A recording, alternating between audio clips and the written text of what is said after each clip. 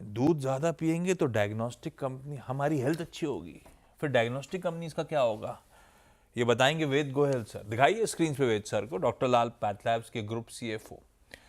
वेद sir, दूध ज़्यादा पिएंगे तो आपकी सेवाओं की कम इस्तेमाल होगा क्या? नमस्कार आशीष जी। आई थिंक दूध पीना अच्छा है, लेकिन हमारी सेवाएं हम चाहते हैं कि बीमारी में ही ना हो, प्रिवेंटिव भी हम करते हैं, ट्रू तो ट्रू। स्वस्थ लोगों के लिए भी ये जरूरी है। और मजाक के नोट पे शुरू कर रहा था, लेकिन फोकस करूंगा नतीजों पर। हमने रिजल्ट्स के बाद डॉक्टर लाल से बातचीत नहीं करी थी। जी नतीजों पर, आगे के आउटलुक पर, इंडस्ट्री का मूड माहौल कैसा है, उन सब पे चर्चा कर लेंगे। वेद सर, सबसे पहले तो नतीजे, डॉक्टर साहब स्क्रीन पे नतीजे खींच के लेकर आइएगा, उसी से शुरू करते हैं। आय बढ़ी थी 10-11% के आसपास साल दर साल Q3 में। इबिटा 9.5% के आसपास का उछाल था। वेद सर, देखने में ऐसा लगता है रिजल्ट, वो कहते हैं ना, सबड्यूड, सुस्त से नजर आ रहे थे, ऐसा क्यों? देखिए, Q3 जो होता है जनरली हमारा थोड़ा सबड्यूड होता है, बिकॉज उसमें फेस्टिवल का भी इम्पैक्ट होता है, सीजन का भी इम्पैक्ट होता है। तो जनरली आप देखेंगे तो Q3 थोड़ा सा कंपेयर रिलेटिवली थोड़ा सबड्यूड रहता है। लेकिन अगर देखेंगे हमारी ग्रोथ 10.7% की थी लास्ट क्वार्टर में, जो कि पिछले क्वार्टर से भी अच्छी थी। वाई और वाई हम लास्ट ईयर 10.4% हमने पूरे साल में किया था, इस क्वार्टर में 10.7 किया, रफली 11% के करीब हम टच कर रहे हैं। प्रॉफिट अगर देखेंगे क्वार्टर को, अब अगर एक बारी छोड़ें, अगर वाईटीडी देखें तो हमारे प्रॉफिट काफ़ी अच्छे हैं, इनफैक्ट काफ़ी इम्प्रूवमेंट है। 28% का बिडा मार्जिन है वाईटीडी। सो Q3 में थोड़ा relatively because off season, because of festival, ये थोड़ा इम्पैक्ट रहता है। इम्पोर्टेंट है क्योंकि डॉक्टर लाल इस देश की सबसे बड़ी डायग्नोस्टिक और one of the oldest diagnostic companies, तो लीडर का परफॉर्मेंस है तो मान के चलूं कि ये पूरे सेक्टर में ऐसे ही मूड माहौल था। स्ट्रक्चरल इशू रहता है, स्लो क्वार्टर जनरली रहता है, तो पूरा सेक्टर ही वेद साहब ठंडा था, ऐसा ऐसा मान के चलूं Q3, है ना? अपन हाँ, अलग से दिक्कत में नहीं थे। नहीं नहीं नहीं, अगर आप देखें एक और हाँ, पॉइंट देखें, इंडस्ट्री में सब लोगों का प्राइस इंक्रीज हुआ है, प्राइस हाइक हुआ है इस बारी में, एक एक दो दो बारी लिया है। हमारी जो ग्रोथ है ये बगैर प्राइस इंक्रीज के है। इसमें अगर आप लास्ट ईयर अगर हमारा देखेंगे, उसमें लास्ट ईयर में इनफैक्ट हमें प्राइस इंक्रीज का बेनिफिट था, 3.5%, जो कि 10.4% के अंदर 3.5% का जो प्राइस का इम्पैक्ट बेनिफिट था इस साल, इस बार बगैर मतलब प्राइस इंक्रीज के 10.7% इस इस बार साल। का ग्रोथ का ब्रेकअप क्या होगा? मतलब वॉल्यूम्स, वो पेशेंट और सैंपल की ग्रोथ, तो वॉल्यूम ग्रोथ पकड़ लूं और रियलाइजेशंस पकड़ लूं, तो आप कह रहे हो इस बार की growth largely purely volume driven है, ऐसा पकड़ूं क्या? जी जी, बिल्कुल। तो फिर ऐसा क्यों? अच्छा, Q3 में आपने प्राइस हाइक नहीं लिए, उसके बाद पोस्ट Q3 यानी कि इस कैलेंडर ईयर की शुरुआत से अब तक भी कोई प्राइस हाइक नहीं लिया क्या? आपके पीयर्स ने एक्चुअली प्राइस हाइक्स लिए थे, हमने क्यों नहीं लिए? क्या हमारे टेस्ट ऑलरेडी महंगे थे? नहीं सर, हमने इस साल आशीष जी कोई प्राइस हाइक नहीं लिया, और कोई इंटेंशन भी नहीं है अभी नियर फ्यूचर में। उसका रीजन क्या है, हमारा अभी फोकस वॉल्यूम ड्रिवन ग्रोथ पे ही है। प्राइस हाइक मुझे नहीं लगता अभी हमें ज़रूरत है, क्योंकि मेरे मार्जिन्स बढ़िया है। मेरा जो इन्फ्लेशनरी प्रेशर है मैं उसको ऑब्जॉर्ब कर पा रहा हूँ। तो मेरा पूरा फोकस वॉल्यूम ड्रिवन है, और वॉल्यूम में भी दो चीज़ें बता दूं आपको, एक पेशेंट वॉल्यूम है, एक टेस्ट का वॉल्यूम है, सैंपल वॉल्यूम जो हम बोलते हैं।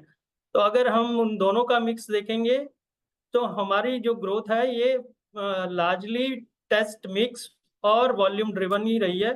और आने वाले दिस क्वार्टर में भी हमारा ये कोई प्राइस इंक्रीज का कोई अभी कोई विचार नहीं। इस हाइक का अभी भी कोई विचार नहीं, पीयर्स ने लिए थे। वेद सर, इसको ऐसा तो नहीं जोड़ू ना, क्यों नहीं लिए, तो फिर से सवाल जहन में घूम रहा है, ऐसा तो नहीं है प्रतिस्पर्धा, कंपटीशन वो अभी भी काफी ज्यादा है, या एक्चुअली जरूरत जेन्युइनली नहीं है?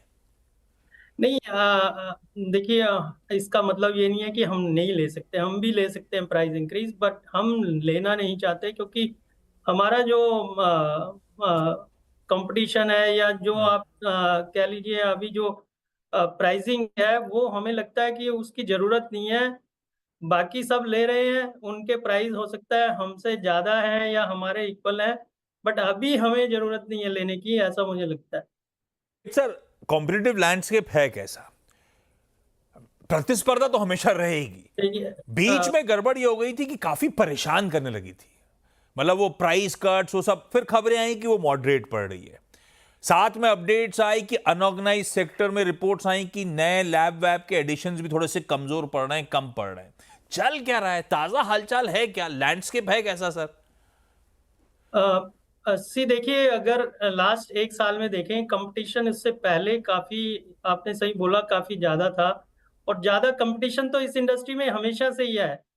इतनी सारी स्मॉल लैब्स हैं, अनऑर्गेनाइज्ड हैं, तो कंपटीशन हमेशा से ही रहा है। लेकिन कुछ जो कंपटीशन नया आया था, जो हम ई कॉमर्स और ऑनलाइन प्लेयर्स बोलते हैं, उसमें हमने जो देखा कंपटीशन, वो बड़ा डिफरेंट था। Different in the sense irrational promotions, deep discounting, और सो वो जो चीजें थी वो अभी थम गई हैं, क्योंकि उसका एक रोड मैप नहीं है। उस इस हेल्थ केयर में ये नहीं है कि आप रोज फ्री भी दोगे तो आप रोज अपने को जाके blood, somebody will go and prick yourself.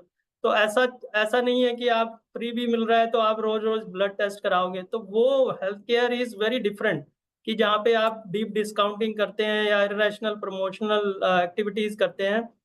वो मुझे लगता है वो थोड़ा अभी स्टेबल हो गया है, और वो इन लोगों को थोड़ा समझ में भी आ गया है। तो मुझे लगता है कि अभी जो कंपटीशन जो वो वाला था वो थोड़ा स्टेबल हुआ है। इसका मतलब ये नहीं है कि कंपटीशन नहीं है मार्केट हाँ, में। वो प्रतिस्पर्धा तो हमेशा रहेगी, वो तो अब नेचर ऑफ इंडस्ट्री है ही है। पर ठीक है, तो मतलब वो प्रिडेटरी प्राइसिंग, वो डीप डिस्काउंटिंग, वो सब रिसीड कर रहा है, टेस्ट प्राइसेस स्टेबलाइज हुए हैं।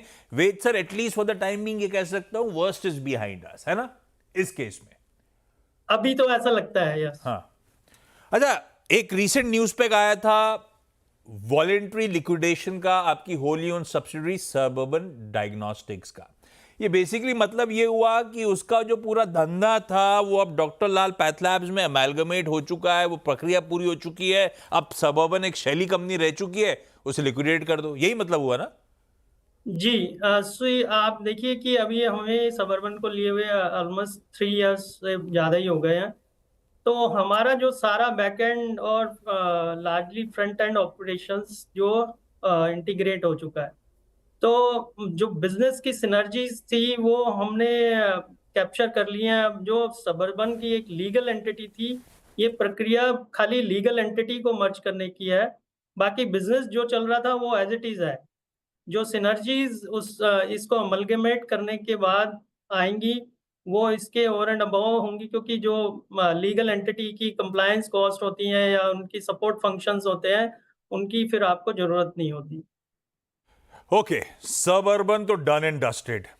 पढ़ रहा था आपकी बुक्स पे बढ़िया कैश है, 1100 करोड़ रुपए के आसपास का कैश पड़ा हुआ है। कुछ और टटोलने की तैयारी, कुछ और अधिग्रहण का मन, अधिग्रहण करना है तो कोई स्पेसिफिक ज्योग्राफी की तैयारी, या कोई वो क्या कहते हैं वो कोई वॉइड हो जिसे फिल करना हो, चाहे ज्योग्राफी वाइज, या फिर कोई नए तरह के टेस्ट वैसे एक्वायर करने का मन हो, ऐसा कोई तैयारी कर रहे हो आप क्या? नहीं, ये तो आशीष जी हमने बताया ही हुआ है कि इनऑर्गेनिक एक स्ट्रेटजी है हमारी। और अगर आप देखें, एक साउथ जो टेरिटरी है हमारी, वहाँ पे थोड़ा गैप है, जहाँ पे हम ऑब्वियसली इनऑर्गेनिक देख रहे हैं। और ये नहीं है कि इनऑर्गेनिक की उसके अगर नहीं होती है तो ऑर्गेनिक ग्रोथ इंजन नहीं चल रहा। तो ऑर्गेनिकली एक्सपेंशन चल रहा है, लेकिन ज़्यादा फास्ट ग्रो करने के लिए ऑब्वियसली एक साउथ है, जो एरिया जो हमारा टारगेटेड एरिया है, वहाँ पे हम कोई एमएनए अगर अच्छी मिलती है तो वी आर ओपन। और आपने सही कहा, कैश भी है मेरे पास, मार्केट भी हमको चाहिए। सो एक ये पॉसिबिलिटी है। Done. Ved sir, thank you so much जुड़ने के लिए, सारी डिटेल में चर्चा करने के लिए। क्विकली छोटा सा ब्रेक, ब्रेक के उस पार एक क्विक मार्केट चेक।